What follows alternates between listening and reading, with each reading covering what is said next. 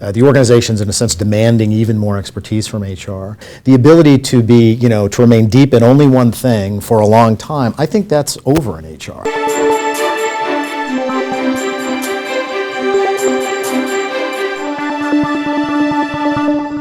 For World at Work and WorkSpan TV, I'm Ryan Johnson. I'm joined in the studio today by Max Caldwell of Towers Watson. Thanks, Max, for coming in. My pleasure. The topic today, Max, is the evolution of HR, and specifically I'd like to talk about technology in that evolution. What are some of the things that you're seeing on maybe the near horizon, and then we could talk about the distant horizon in a few minutes, but what are some of the things that you're seeing on the near horizon in terms of HR evolution? We're seeing a real trend, probably like other functions in the organization, of HR needing to really do more with less. And so, how do we deliver more services more effectively to leaders, managers, and employees, and at a lower sort of tax to the organization? And there are different ways HR is approaching this. I think certainly one of them continues to be technology. So what are enabling technologies that will help us quickly get to greater standardization and consistency, put better tools in the hands of managers, enable manager and employee self-service, and allow better integration of processes and transactions and data across different HR programs and processes. So that's there. But the broader transformation in our experience is also fundamentally looking at, how can we be looking at not only process but the structure of HR roles. What should the role of the senior HR generalist be? How does that need to evolve? How do we link those generalists much more closely to the businesses they support?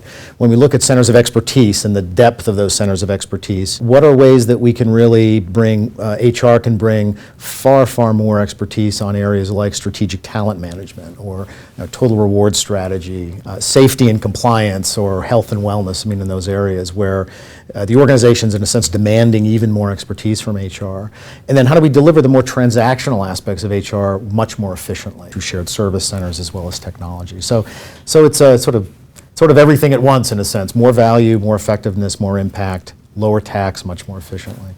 It's an interesting premise that you bring, because a lot of our members will ask and want to talk about the evolution of their own career and how they can proceed, move up the ladder, of course. And I think the question that we've grappled with is, is the day of the specialist over, or are people going to be required to be able to be jack of all trades? And I think what you just described said, yes, you're going to need to be a specialist in a variety of different things.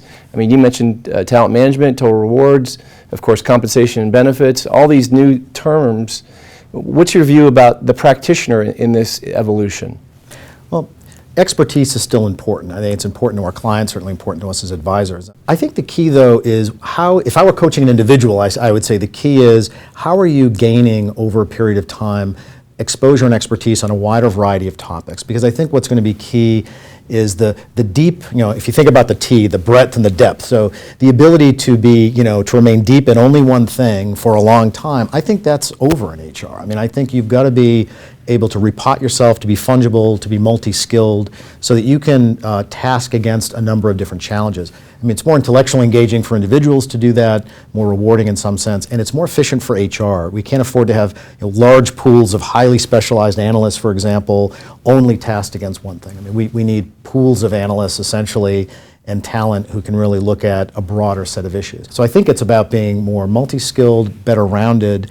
It's one of the reasons in HR where you see much more migration between people in specialist roles and HR generalist roles, where you see people who are experts in the compensation area, for example, taking on HR generalist roles so that they're really understanding the totality of what HR delivers for the business, really understands the business issues.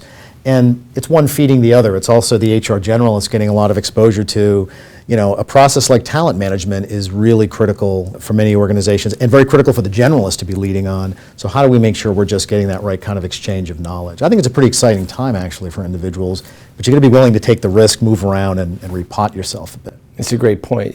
We've talked about the evolution of the HR function. We've talked a little bit about the evolution of the HR practitioner. The other question that comes to mind for me, at least, is I think organizations are becoming more global. I don't know if that would bear out in your practice. How does the global dimension then play into this? We've got more technology. We've got practitioners who need to change. What does the global dimension bring to this? It's a great question. Organizations are, in fact, I think, becoming more global, and we're seeing a resurgence of this actually coming out of the recession, where organizations are much more focused on growing in new and emerging markets, and some of that had been sort of on hold for a bit.